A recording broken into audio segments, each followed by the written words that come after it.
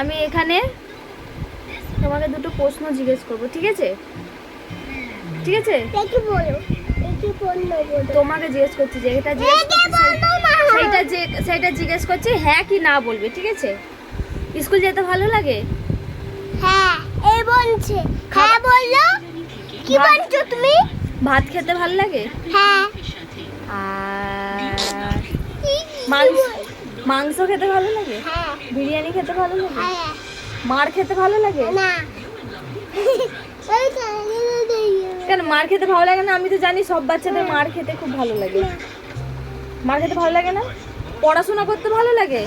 না। পড়াশোনা করতে ভালো লাগে না? না।